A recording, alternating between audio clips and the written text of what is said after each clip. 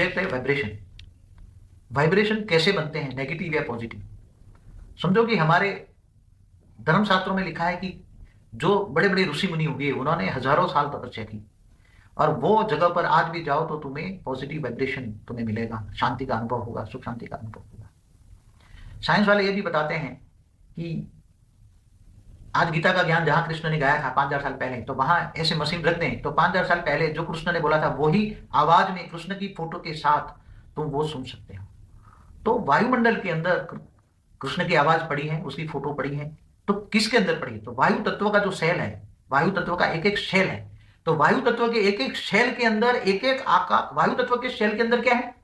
वायु तत्व का सेल के अंदर आकाश तत्व है, और आकाश तत्व के अंदर जो वहां की आवाज है, पिक्चर है, रिकॉर्डिंग पड़ा है। आज भी आप देखो, टीवी देखते हो तो टीवी के अंदर वायु तत्व के द्वारा ही तुम्हारी टीवी के अंदर आवाज और फोटो आती है ना, वायु तत्व के जरिए ही आती है ना। तो वायु तत्व के अंदर, वायु तत्व के अंदर भी एक आकाश तत्व की रिकॉर्डिंग पड़ी है। आकाश तत्व में ही रिकॉर्डिंग होती है।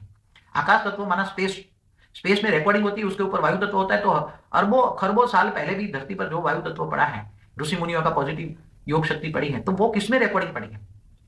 वो पॉजिटिव वायु तत्व के अंदर, आकाश तत्व के अंदर रिकॉर्डिंग पड़ी है, इसलिए धरती के नजदीक वो रह जाते हैं, वो वायु तत्व के सेल, और उसके अंदर पॉजिटिव रिकॉर्डिंग पड़ा है। इसलिए कोई भी लाखों साल के बाद भी तुम वहां जाओ तो तुम्हें सुख शांति का अनुभव होता है। और ऐसा मशीन निकालो तो उसके अंदर लाखों साल की भी आवाज रिकॉर्डिंग किसने की, कैसे की, उसकी फोटो के साथ तुम्हें इमेज हो सकती है। वही प्रूफ देगा कि कृष्ण वही है, प्रूफ देगा कि देवी कृष्ण देवता। है, देवी देवता महाभारत हुए हुआ है, हैं, रामायण हुआ। महाभारत हुआ है, रामायण हुआ। राम को हुए 8,69,70 साल हुआ, त्रेता के अंत में हुआ। राम ने भी 12,000 साल राज किया था।